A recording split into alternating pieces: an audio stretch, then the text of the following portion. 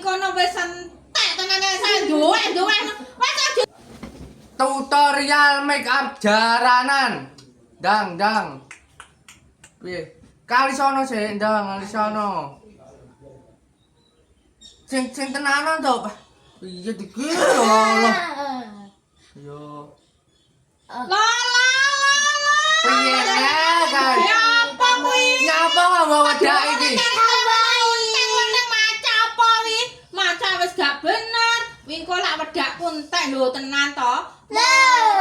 Wedak iki ya sing bener. Masa ya kaya ngono kuwi. Tenanan to, tenanan. Wingko lah ya lak sifat alise wingko ya ceklek kabeh deloken kaya ngono kuwi. Wes wisipe barang yo digawe.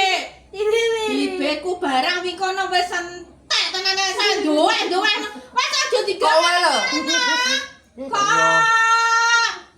maca kok yo sing aneh-aneh. Kok yo piye to lah ngono kuwi? Goblok keram jenenge kuwi ya dige lambemu kuwi to kok dige mripat. Cara goblok lah ya kowe kuwi to. Izin aku. Kowe ndak dibale-balene wingko lak rusak kabeh wingko. Lah gimana elek iki lho.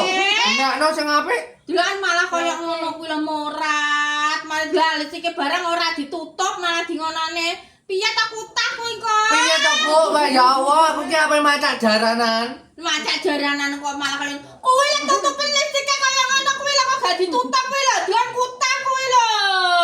Peh iki lara kabeh iki malah. Wes kuwi bale-balene kuwi kok ceklek kabeh kuwi kok.